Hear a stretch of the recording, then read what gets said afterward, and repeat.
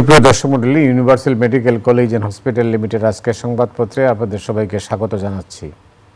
রাজনৈতিক বিশ্লেষক ডক্টর সায়ন্ত শাকত রয়েছেন আমাদের সঙ্গে। শাকত, আপনাকে স্বাগত জানাচ্ছি স্টুডিওতে। ধন্যবাদ আপনাকে। দৈনিক ইত্তেফাকের শিরোনাম হচ্ছে জনগণকে কনভিন্স করাই আমাদের ইঞ্জিনিয়ারিং। নতুন প্রধানমন্ত্রী ও মন্ত্রিসভার শপথ সংসদের দক্ষিণ প্লাজায়। আমার দেশ স্বাক্ষরিত জুলাই সনদের ভিত্তিতে সংস্কার করব, বিএনপি জামাত জোটের আসন বনাম ভোটের চিত্র। মানবজমিন, এ বিজয় গণতন্ত্রকামী মানুষের, এবার দেশ গঠনের পালা। দায়িত্বশীল বিরোধী দলের ভূমিকা পালনের ঘোষণা জামাত আমিরের। আমাদের সময়, এবার দেশ গড়ার পালা, এমপিদের শপথের জন্য প্রস্তুত সংসদ সচিবালয়। দেশ রূপান্তর, এবার দেশ গড়ার সংগ্রাম, নবীন প্রবীণের সমন্বয়ে তারেকের মন্ত্রিসভা, থাকবেন শরিকরাও।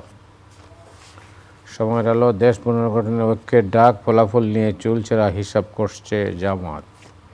খবরের কাগজ, দুর্বলের উপর সবলের আক্রমণ মেনে নেব না, তারেক রহমান। নতুন ভূ রাজনৈতিক প্রেক্ষাপটে কূটনৈতিক চ্যালেঞ্জে বিএনপি। আলোকিত বাংলাদেশ, এ বিজয় গণতন্ত্রকামী মানুষের, এবার দেশ গড়ার পালা, এমপি ও মন্ত্রিসভার শপথ আগামীকাল। করতোয়ায় বিজয় বাংলাদেশের, এ বিজয় গণতন্ত্রের, নতুন সরকারের শপথ মঙ্গলবার। এই ছিল শিরোনাম। আপনি জানেন যে আজকে শিরোনামগুলোতে তারেক রহমানের সংবাদ সম্মেলন, সেই সম্মেলন থেকে অনেকগুলো কথা তিনি বলেছেন। তো এটাকে আপনি নিশ্চয়ই, আপনি কি সংবাদ সম্মেলনে গিয়েছিলেন? হ্যাঁ, আমি ছিলাম ওখানে। তো কি দেখলেন, কি শুনলেন? জি, প্রথমে আপনাকে ধন্যবাদ জানাই এবং এই গভীর রাতে যারা শুনছেন আমাদেরকে, তাদের জন্য শুভেচ্ছা রইল। আজকে নির্বাচনে বিজয়ের পরে তারেক রহমানের বা বিএনপির পক্ষ থেকে এটা প্রথম সংবাদ সম্মেলন। এখানে মঞ্চে বিএনপি চেয়ারম্যান জনাব তারেক রহমান এবং সব স্ট্যান্ডিং কমিটির সদস্যরা ছিলেন, মহাসচিব সহ সবাই। বক্তব্য রেখেছেন, প্রথমে স্বাগত বক্তব্য দিয়ে শুরু করেছেন মহাসচিব, তারপরে তারেক রহমান তার বক্তব্য দিয়েছেন। এরপর নির্বাচন পরিচালনা কমিটির প্রধান বিএনপির নজরুল ইসলাম খান, তিনি কনক্লুডিং স্পিচ দিয়েছেন। এইটা একটা লক্ষণীয় ব্যাপার ছিল, এখানে প্রচুর বিদেশি সাংবাদিক ছিলেন। বিশেষ করে ভারত, পাকিস্তান এবং চায়নার সাংবাদিক অনেক ছিলেন, আল জাজিরা সহ অন্যান্য সংবাদ মাধ্যমেরও ছিল, কিন্তু এই সব দেশে এবং এখানকার সাংবাদিক বেশি ছিলেন এবং বেশি প্রশ্ন করেছেন ভারতীয় সাংবাদিক বেশি, এবং এরপর চায়না এবং পাকিস্তানি আল জাজিরা এরাও করেছেন। বাংলাদেশি সাংবাদিক এবং বাংলাদেশি সাংবাদিক যারা বিদেশি সংবাদ মাধ্যমে কাজ করছেন তারাও করেছেন। খুবই স্পন্টেনিয়াস, ভালো রেসপন্সিভ ছিল। তারেক রহমান তার বক্তব্যের মধ্যে তার অতীতের বক্তব্যের ধারাবাহিকতায় আবারও সেই মিলেমিশে দেশ গড়া, ভবিষ্যৎমুখী বক্তব্য, ধৈর্য ধারণ করে সবাই মিলে দেশকে এগিয়ে নেওয়া, এইসব বিষয় বলেছেন এবং বিভিন্ন দেশের সঙ্গে সম্পর্ক রক্ষার বিষয়ে যে ইঙ্গিত দিয়েছেন সেটিও বলেছেন। কোনো রকম কোনো বিশেষ দেশের প্রতি কোনো বায়াসনেসের কোনো লক্ষণ বোঝা যায়নি। তিনি বলেছেন যে বাংলাদেশ ফার্স্ট, এটা হচ্ছে বিএনপির স্লোগান। বাংলাদেশের মানুষের স্বার্থ রক্ষা করে, দেশের স্বার্থ রক্ষা করে সবার সঙ্গে বন্ধুত্ব করতে চায় বিএনপি বা বাংলাদেশে বা এই সরকার। তো সেই বিবেচনায় যারা আত্মমর্যাদা ও সম্মান অক্ষুণ্ণ রেখে বাংলাদেশের স্বার্থ রক্ষা করে যাদের সঙ্গে বন্ধুত্ব করা যাবে, সবার সঙ্গে বন্ধুত্ব করবে, এতে অনাগ্রহ নেই। এবং চীনেরও প্রায়োরিটি কী হবে, তাদের ইনভেস্টমেন্ট আছে এই দেশে, সেই সব বিষয় নিয়ে প্রশ্ন আসছে। সব মিলিয়ে আমার কাছে মনে হয়েছে যে খুব তারেক রহমানকে যে প্রশ্ন করা হয়েছে, খুব অল্প কথায় সংক্ষেপে তিনি সব উত্তর দিয়েছেন। একজন সাংবাদিক তাকে এই নির্বাচনে যে ভোট ইঞ্জিনিয়ারিং করা হবে এবং যেটা আপনি হেডলাইনের দু একটা পত্রিকায় হেডলাইন পড়ছিলেন যে ইঞ্জিনিয়ারিং করার নানামুখী অভিযোগ যে নির্বাচনের আগে ছিল, রাইট। তো তারেক রহমানও বলছিলেন এই নির্বাচন খুব কঠিন হবে, অনেক আগে থেকে বলছিলেন। সেই বিবেচনায় এই নির্বাচন কতটা কঠিন ছিল এবং 200-র উপরে আসন পেতে বিএনপিকে ইঞ্জিনিয়ারিংয়ের আশ্রয় নিতে হয়েছে কিনা, এইরকম একটা প্রশ্নের উত্তর দিয়েছেন তিনি খুব সংক্ষেপে এটুকুই যে জনগণকে কনভিন্স করাটাই ছিল আমাদের ইঞ্জিনিয়ারিং। তো জনগণ যেন বিএনপিকে গ্রহণ করে এবং বিএনপিকে সমর্থন দেয়, ভোট দেয়, এই ব্যাপারে জনগণকে যে কনভিন্স করা, এটাকেই তিনি বলছেন যে এর বাইরে কোনো ইঞ্জিনিয়ারিং ছিল না বিএনপির, এটাই ছিল ইঞ্জিনিয়ারিং। তার মানে এদেশের মানুষ কট্টরপন্থাকে ত্যাগ করে মধ্যপন্থাকে, লিবারালিজমকে গ্রহণ করেছে। ফলে তারেক রহমানের এখনও পর্যন্ত আজকে তার যে বক্তব্য, তার ধৈর্য, তার যে মিলেমিশে দেশকে এগিয়ে নেয়া, বাংলাদেশপন্থী যে আচরণটা আমরা প্রত্যাশা করি, সব কিছুতেই আমার কাছে খুব পজিটিভ জেস্চার মনে হয়েছে। এমনকি আজকে আরও 2টা খবর সংবাদ মাধ্যমে এসছে, আপনার চোখে পড়েছে কিনা সেটা দেখেও মনে হচ্ছে এটা পজিটিভ রাজনীতির একটা ইঙ্গিত, যেটা অতীতে আমরা দেখতাম না। সেটা হলো তারেক রহমান কালকে সন্ধ্যায়, কালকে বলমি আগামী দিনে, এই সামনে যে দিনে আসছে সেই দিনের সন্ধ্যায় প্রধান বিরোধী 2টা দলের প্রধান জামায়াতের আমিরের বাসায় যাবেন দেখা করতে, তারপরে এনসিপির প্রধান নাহিদ ইসলামের বাসায় যাবেন।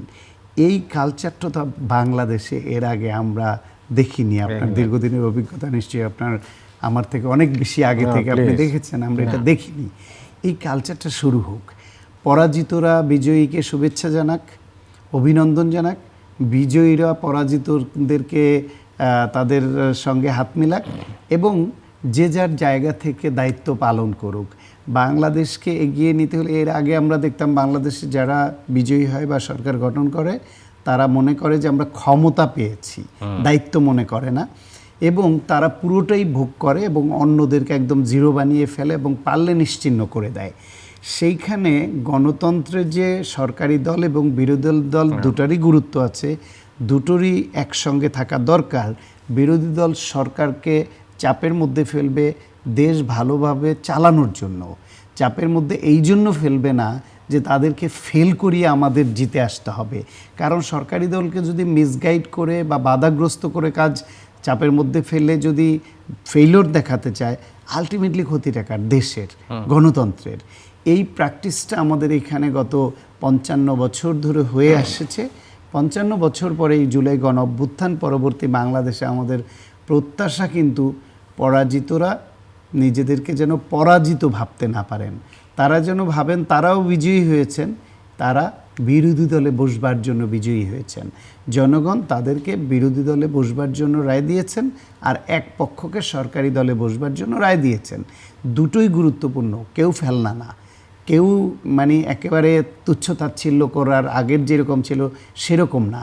কারণ বিরোধী দল যদি কার্যকর না থাকে তাহলে সরকার তো অথরিটেরিয়ান হবে, সরকার তো ফ্যাসিবাদ হয়ে উঠবে এক সময়, নিপীড়নমূলক হবে। আর বিরোধী দল যদি কার্যকর থাকে তাহলে সরকার চাইলেও এটা হতে পারে না গণতান্ত্রিক দেশে। সুতরাং এইখানে সরকারের দায়িত্ব হচ্ছে বিরোধী দলকে, বিরোধী দলের ভূমিকাটা ন্যায়সঙ্গতভাবে পালন করতে দেওয়া। আর বিরোধী দলের কাজ হচ্ছে সরকার যাতে দেশ বিরোধী, মানুষের কল্যাণমুখী নয় এমন কোনো কর্মসূচি, কাজ, ভূমিকা যেটা গণতন্ত্র বিরোধী, যেটা দেশ বিরোধী, যেটা জনবিরোধী, যেটা ভবিষ্যৎ বাংলাদেশ যে গড়ার অঙ্গীকার আমাদের, তার বিরোধী কোনো কাজ যদি সরকার করতে যায় তাহলে ন্যায়সঙ্গতভাবে সমালোচনা করবে, বাধা দিবে, প্রয়োজনে প্রতিবাদ করবে। এটা বিরোধী দলের কাজ। আবার সরকার আবার জেদ করে বিরোধী দল না করেছে মানে এটা আমার মানা যাবে না সেটা না। বিরোধী দলের না করাটা যদি যৌক্তিক হয় তাহলে সরকারের সেটা আমলে নিতে হবে। এইরকম একটা গণতান্ত্রিক পরিবেশ যদি আমরা পাই তাহলে নিঃসন্দেহে বাংলাদেশ পাল্টে যাবে। আর এখানে যেন বল প্রয়োগ করে কোনো রাজনৈতিক শক্তিকে সাপ্রেস করার রাজনীতি আমরা না দেখি। রাজনীতিকে মোকাবেলা করতে হবে রাজনীতি দিয়ে। জামায়াত ইসলাম বাংলাদেশের জন্মের বিরোধিতাকারী, ধর্মের অপব্যাখ্যাকারী, অপব্যবহারকারী। বাংলাদেশের জন্মের সময় তারা হত্যা এবং ধর্ষণের অভিযোগে অভিযুক্ত দল। এরশাদের সময় এরশাদের নির্বাচনিক ওই নির্বাচনকে আওয়ামী লীগের সঙ্গে বৈধতা দেওয়ার দল, এবং এইবার নির্বাচনও তারা এই যে নির্বাচনের আগের রাতে টাকার ছড়াছড়ি করে যেইভাবে দুর্নীতিটা করেছে, অনেক অভিযুক্ত। কিন্তু তারপরও তাদের যাদেরকে নির্বাচিত করেছে জনগণ রায় দিয়ে, তারা তো বৈধভাবে নির্বাচিত জনরায় নিয়ে আসছে, তারা জনপ্রতিনিধি, এবং এই দলটা এখানে গণতান্ত্রিকভাবে একটি রাজনৈতিক দল। বিএনপি বা অন্য দলের উচিত হবে তাদের রাজনীতি দিয়ে এই দলের রাজনীতিকে পরাজিত করা, যে ওরা খারাপ করছে। আবার জামায়াত ইসলাম, বিএনপির যা ভুল আছে, দোষ ত্রুটি আছে, যেসব তাদের নেতাকর্মীদের জন্য মধ্যে যেসব অনাকাঙ্ক্ষিত আচরণ আছে, অন্যায় আছে, সেইটাকে সামনে এনে তারা তাদের রাজনীতি দিয়ে বিএনপি রাজনীতিকে পরাজিত করে বিএনপি, জামায়াত ইসলাম বা এনসিপি সব দল এগিয়ে যাওয়ার চেষ্টা করবে। আমরাই সুস্থ প্রতিযোগিতাটা চাই। বল প্রয়োগ করে অন্যকে নানানভাবে সাপ্রেস করার যে প্রক্রিয়া এই বাংলাদেশে এতদিন ধরে চলেছে, সেই বাংলাদেশে আর আমরা ফেরত যেতে চাই না। তাতে গণতন্ত্রের লাভ হয় না, দেশের লাভ হয় না, আলটিমেটলি ক্ষতি হয়, দেশ ক্ষতি হয়। জামাত ইসলামকে আওয়ামী লীগ সাপ্রেস করার অনেক চেষ্টা করেছে, কোনো লাভ হয়েছে? জামাত ইসলাম তো মানে অনেক বেড়েছে, বারবারন্ত হয়েছে। বিএনপিকে ঘোষণা দিয়ে পলিটিক্স অফ অ্যানিহিলেশন শুরু করেছিল আওয়ামী লীগ এবং নিশ্চিন্ত করতে চেয়েছিল।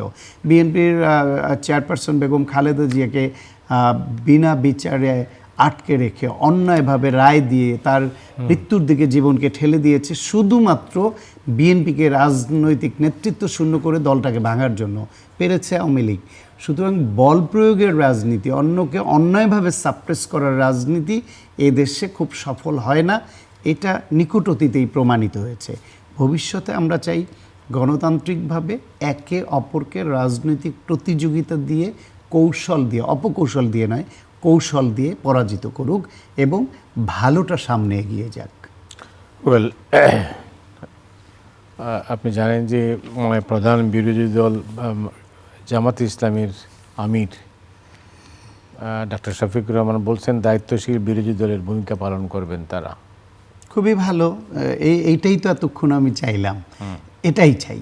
কিন্তু এই যে মুখের কথা আর কাজ যেন এক থাকে, মুখের কথা এবং কাজ যদি কোনো পক্ষেরই এক না থাকে, তারা মুখে বলছিল তারা ইসলামের নাম নিয়ে রাজনীতি করে এবং সৎ রাজনীতি করে, দুর্নীতিমুক্ত থাকবে, কিন্তু নির্বাচনের আগে আমরা দেখেছি তারা দুর্নীতিতে যুক্ত হয়ে পড়েছে সাংঘাতিকভাবে। মানুষের ভোট কেনার জন্য, মানুষের মতামত তাদের পক্ষে নেওয়ার জন্য অন্যায়ভাবে, অবৈধভাবে টাকা ঢেলেছে মাঠে এবং মানুষকে টাকা দিয়ে প্রভাবিত করে তাদের পক্ষে রায় নেওয়ার চেষ্টা করেছে। তাতে কোথাও কোথাও তারা সফলও হয়েছে, কিন্তু এতে দল হিসেবে জামায়াত ক্ষতিগ্রস্ত হয়েছে, জামায়াত প্রশ্নবিদ্ধ হয়েছে। যারা সততার বুলি তারা ছাড়ে, কিন্তু আসলে তারা দুর্নীতিগ্রস্ত, অসৎ। দুর্নীতিগ্রস্ত, অসৎ না হলে তো তারা এই টাকা দিয়ে ভোট কেনার এই প্র্যাকটিসে তারা নামতো না, এইভাবে টাকা বিলাতো না। সুতরাং এটা কথায় আর কাজে কিন্তু মিলল না। তারা কথায় বলছিল যে গ্রামের মানুষের কাছে শরিয়া আইন ক্ষমতায় আসলে তারা বাস্তবায়ন করবে, আল্লাহর আইন চালু করবে, আর বিদেশিদের সঙ্গে, অন্য সম্প্রদায়ের লোকদের সঙ্গে বসলে তারা বলতো যে না, যেটা আছে এটাই তারা মেনে নিবে। তারা এমনি নারীর প্রশ্নে, আপনি জানেন যে জামায়াতের আমির যে এক্সের যেই স্ট্যাটাস টুইট করলেন সেটা, কিংবা তার আল জাজিরার সঙ্গে সাক্ষাৎকার, কিংবা একজনও নারীকে তারা নমিনেশন না দেওয়া, এইসব মিলে টিলে তাদের কথা আর কাজ কিন্তু অতীতে মেলেনি। এখন আজকে তিনি যেটা বলেছেন, আমরা খুব শিগগিরই দেখতে পারবো যে উনি যে কথা বলেছেন সেটা উনি মানেন কিনা, কিংবা বিএনপি চেয়ারম্যান তারেক রহমান যে কথা বলছেন সেটাও বিএনপি মানে কিনা। আমরা চাই এদের কথার প্রতিফলন তাদের কাজে ঘটুক। যেমন ইতিমধ্যেই নির্বাচন পরবর্তী সময়ে বাংলাদেশে কিছু কিছু জায়গায় যে বিচ্ছিন্ন সহিংসতা হয়েছে সেটা খুবই দুঃখজনক। বাংলাদেশে অতীতে বিভিন্ন নির্বাচনে প্রচুর রক্তক্ষয়ী সংঘর্ষ হয়েছে, নির্বাচনের পরে বিজয়ীরা পরাজিতের উপর হামলা করেছে, সংখ্যালঘুদের উপর হামলা করেছে, অনেক ঘটনা আমরা অতীতে বিভিন্ন সময় দেখেছি। কিন্তু এইবার নির্বাচনের আগে সরকার বিভিন্ন রকম ভুল ভ্রান্তি, অদক্ষতা, অযোগ্যতার যা কিছু তারা সাক্ষ্য রেখেছে সব কিছুর আমরা সমালোচনা করেছি, সব কিছুর নিন্দা করেছি। কিন্তু ফাইনালি নির্বাচনটা তারা কিন্তু নির্বাচনের দিন, নির্বাচন অনুষ্ঠান, ভোট গণনা, ফলাফল ঘোষণা অত্যন্ত সুষ্ঠুভাবে করেছে। সেই জন্য তারা সকল পক্ষ দ্বারা অভিনন্দিত হয়েছে। রাজনৈতিক দলগুলো তারা এইখানে খুবই ভালো ভূমিকা রেখেছে এবং দায়িত্বশীলতার পরিচয় দিয়েছে। তারা একে অপরের প্রতি যুদ্ধংদেহী হয় নাই, সংঘর্ষ সহিংসতায় লিপ্ত হয় নাই, ফলে তারাও ধন্যবাদ পাবার যোগ্য। জনগণ স্বতঃস্ফূর্তভাবে ভোট দিতে গেছে, তারাও ধন্যবাদ পাবার যোগ্য এবং সবাই ভালো ভূমিকা পালন করেছে। কিন্তু নির্বাচন পরবর্তী সময়ে এইটা বাংলাদেশের সামাজিক সন্ত্রাস বলতে একটা কথা আছে। সামাজিক মানে গ্রামে গঞ্জে কথা কাটাকাটি থেকে 5 টাকা 10 টাকাকে নিয়ে চাকরির দোকানে লেগে সেখান থেকে খুনোখুনি পর্যন্ত হয়ে যায়। এটা বাংলাদেশের সোসাইটি। সেইখানে এইরকম একটা নির্বাচনের পরে অনেকে একে অপরকে একটু টিটকারি করলো, কথা বললো, পরাজিতকে তার গায়ে লাগলো, ঝগড়া লেগে যায়, হাতাহাতি, সেখান থেকে সংঘর্ষ হয়ে যায়। এরকম না হলে ভালো, কিন্তু আমাদের সোসাইটিটা এখন এর থেকে উঠে আসতে পারে নাই। সেরকম কোথাও কোথাও কিছু বিচ্ছিন্ন ঘটনা ঘটেছে, কিন্তু জামায়াত ইসলাম এবং এনসিপি সেটাকে পুঁজি করে তারা খুব ফুলিয়ে ফাঁপিয়ে বড় করে দিয়ে বিক্ষোভ কর্মসূচির দিকে যাচ্ছে এবং এটা নিয়ে কি করবে সেটা বলছে, অপতথ্য ছড়াচ্ছে। ভার্চুয়াল মিডিয়ায় এটা নিয়ে প্রচুর নানান রকমের মিসইনফরমেশন এবং ডিসইনফরমেশন ছড়িয়ে এই নির্বাচনটাকে কালিমালিপ্ত করবার জন্য উঠে পড়ে লেগেছে। এবং সেটা সংবাদ মাধ্যমে জামায়াত ইসলামের পক্ষ থেকে যারা কথা বলতে আসেন তারাও ওগুলো বলছেন। আজকে প্রথম আলোর অনলাইনে আমি দেখলাম তাদের একটা ফ্যাক্ট চেক রিপোর্টে তারা বলেছে, অনেকগুলো রিপোর্ট তুলে ধরেছে, কক্সবাজারে একটি মেয়েকে বিএনপি নেতাকর্মীরা ধর্ষণ করে ফেলে গেছে এনসিপিকে ভোট দেওয়ার জন্য, এরকম একটা খবর আছে। প্রথম আলো সেখানে কক্সবাজারের প্রশাসনকে জিজ্ঞেস করেছে, তারা এটা জানে না। কক্সবাজারের প্রতিনিধিকে তারা চেক করতে বলছে, সত্যতা পায়নি। কক্সবাজারের এনসিপির নেতা সদস্য সচিব সম্ভবত, তাকে জিজ্ঞেস করেছে, সেও জানে না যে কক্সবাজারে এমন। সে বলেছে ভার্চুয়াল মিডিয়া এরকম একটা ছবি আমি দেখেছি, খবর চোখে পড়েছে, কিন্তু এটা কক্সবাজারে ঘটেছে না কোথায় জানি না।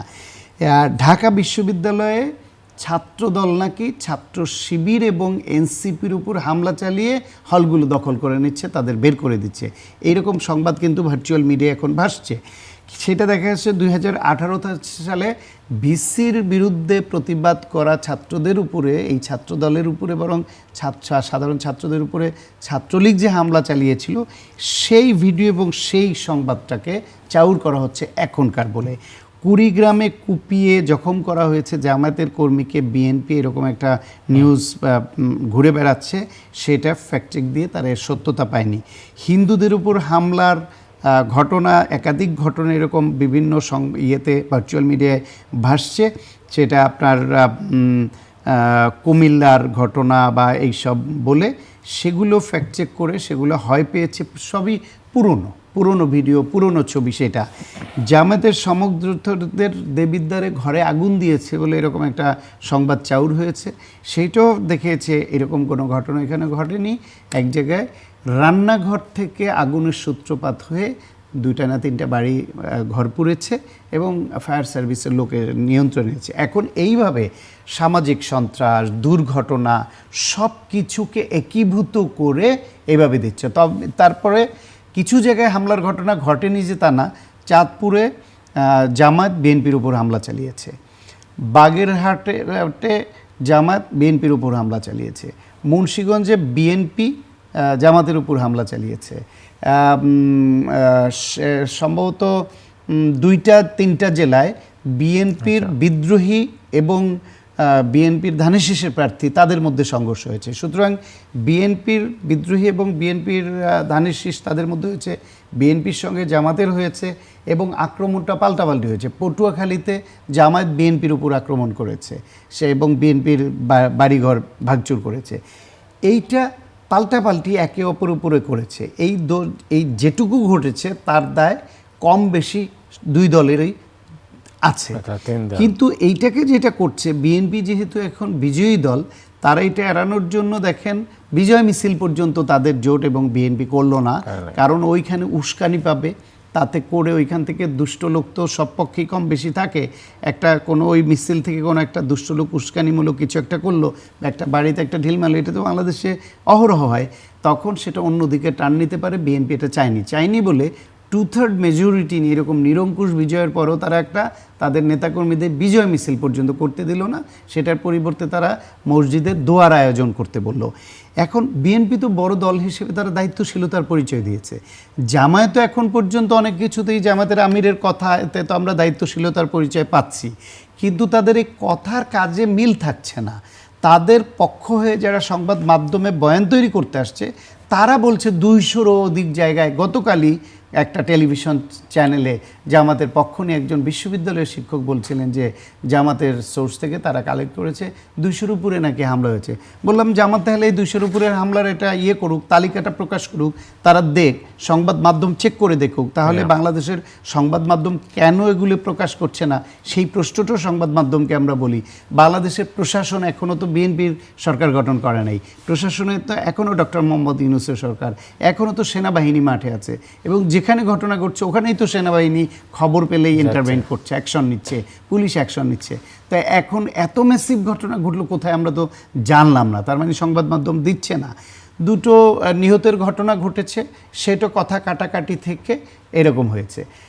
নির্বাচনের দিন খুলনায় নগর বিএনপির সাবেক দপ্তর সম্পাদক তিনি নির্বাচনী কেন্দ্রে গিয়ে দেখেছেন যে জামাতের নেতারা কর্মীরা নির্বাচন কেন্দ্রের ভিতরে প্রচারণা চালাচ্ছেন, তিনি বাধা দিয়েছেন, তার সঙ্গে হাতাহাতি হয়েছে, ধাক্কা লেগে তিনি গিয়ে গাছের সঙ্গে আঘাতপ্রাপ্ত হয়েছেন, তারপর হসপিটালে নেওয়ার পর হসপিটালে মৃত্যুবরণ করেছেন। এইটা ধরেন এটা তো আর সংঘর্ষ বা ম্যাসিভ ধরনের কোনো বড় ঘটনা, এটা অপরাধ, তার মৃত্যু হয়েছে, একটা জীবন গেছে, সেটা নিশ্চয়ই তদন্তও হবে। কিন্তু এইটাকে বিএনপি যদি এখন বলে যে আমাদের উপর আক্রমণ চালিয়ে জামায়াত সংঘবদ্ধভাবে আমাদেরকে নেতাকে খুন করেছে, এই বয়ান তো ঠিক হবে না। জামাত ঠিক সেটাই করছে। নাসিরউদ্দিন পাটোয়ারি ধরেন নির্বাচনের দিন তারা এক কেন্দ্রে গেছে, কিছু লোক তাকে ভুয়া বলেছে, ভুয়া বলে নাকি স্লোগান দিয়েছে। এইটা খুব নিন্দনীয়। একজন প্রার্থী গেছে, তাকেই অসম্মান করার অধিকার কেউ রাখে না। আবার সেনাবাহিনী তাকে সেটা নিবৃত্ত করেছে, তো সেখান থেকে এনেছে। সেইটাকে তারা বক্তব্য দেওয়ার সময় বয়ান তৈরি করছে এইভাবে, বলে যে নাসিরউদ্দিন পাটোয়ারি কেন্দ্রে বিএনপির হামলার শিকার হয়েছে, বিএনপি তার উপর হামলা করেছে, তাকে ভুয়া বলেছে, এটা খারাপ করেছে। কিন্তু এইটাকে কি হামলা বলবেন? হামলা বলতে আমরা যেটা বুঝি, তাহলে ইমেজটা কীরকম তৈরি হয়, এইটার যে চিত্রটা ভাসে, কী ভাসে, এইভাবে কথা বলছে যে কার্যকর বিরোধী দলের ভূমিকা পালন করবে, ভালো, আমরা অভিনন্দন জানাই। সরকারি বিএনপির প্রধান বলছেন ধৈর্য ধারণ করতে, কিন্তু তার দলেরও অনেকে উচ্ছৃঙ্খল হচ্ছে। আবার জামায়াতও কথা এটা বলছে, কিন্তু তাদের ন্যারেটিভ তৈরি করারা, তাদের বিভিন্ন গোষ্ঠী এটা করছে। এনসিপি আচ্ছা, আপনি কি 30টা আসনে, আপনি কি মনে করেন না যে এখন এই মুহূর্তে যে সরকারি দল হতে যাচ্ছে সেই দলের তরফে বা সরকার মানে দলের প্রধান এমন কোনো বার্তা দিবেন যাতে এই ধরনের ঘটনা না ঘটে? প্রতিদিন দিচ্ছেন বার্তা, ওটাই তো সবচেয়ে বড় বার্তা ছিল যে কোনো বিজয় মিছিল করবেন না, ধৈর্য ধারণ করবেন এবং কোনো রকম উচ্ছৃঙ্খল আচরণ করা যাবে না, দোয়ার আয়োজন, এটা প্রথম বার্তা এবং নির্দেশনা। আজকেও এই গত ইয়েতে যে প্রেস কনফারেন্সটা করলেন, নির্বাচন উত্তর প্রেস কনফারেন্স প্রথম যেটা, সেখানেও তিনি সবাইকে ধৈর্য ধারণ করতে বলেছেন, মিলেমিশে একসঙ্গে দেশ গড়ার কথা বলেছেন, নেতাকর্মীদেরকে সতর্ক করেছেন, একই সঙ্গে তিনি সতর্কও করেছেন, আহ্বানও জানিয়েছেন, প্রতিদিন বলছেন। কিন্তু আমাদের এইখানে তো আসলে ওভার পপুলেটেড একটা দেশ, ইন্টারপার্সোনাল কনফ্লিক্টই তো কত রকম থাকে, এই ফ্যামিলিতে ভাইয়ে ভাইয়ে ঝগড়া করে খুনোখুনি হয়ে যায় এই দেশে, সেইখানে একদম শতভাগ কন্ট্রোল করা খুব সহজ নয়, এটা এক ফ্যামিলির মধ্যেই পারে না, রাজনৈতিক দল এটা এতটা আশা করাও ভুল হবে। তবে এইবার যথেষ্ট করেছে, যথেষ্ট শান্ত ছিল পরিবেশ, খুব বড় রকমের অঘটন ঘটে নাই, যেটুকু না ঘটেছে এটুকু না ঘটলে আরও ভালো হতো। আর দলের প্রধানরা যেহেতু সহনশীল আচরণ করতে বলছেন, সেটা করুক। আর জামাত এবং এনসিপির পক্ষ থেকে যদি এইটাকে ক্যাশ করে আবার যে বিক্ষোভ কর্মসূচির দিকে যাচ্ছে, সেটা ভুল সিদ্ধান্ত হচ্ছে। কারণ তারা বিক্ষোভ করতে গেলে আবার এই দিকে বিএনপি বা তার অঙ্গ সংগঠন অন্যদেরও তো তখন গায়ে লাগবে, তারাও আবার এটা পাল্টা একটা কর্মসূচি দিল, তাহলে কি হলো? তাহলে যে মুখে যে বলছে জামাতের আমির যে তারা সহনশীলতার রাজনীতি করবে বা তারা কার্যকর বিরোধী দলের ভূমিকা পালন করবে, সেই কথার এই কাজে তো মিল থাকছে না, তাদের আগের মতোই অবস্থা হয়ে যাচ্ছে। অনেক ধন্যবাদ সায়ন্ত আপনাকে। আপনাকে অনেক ধন্যবাদ। দর্শক মণ্ডলী, আজ এ পর্যন্তই। আপনারা সবাই ভালো থাকুন। শুভরাত্রি।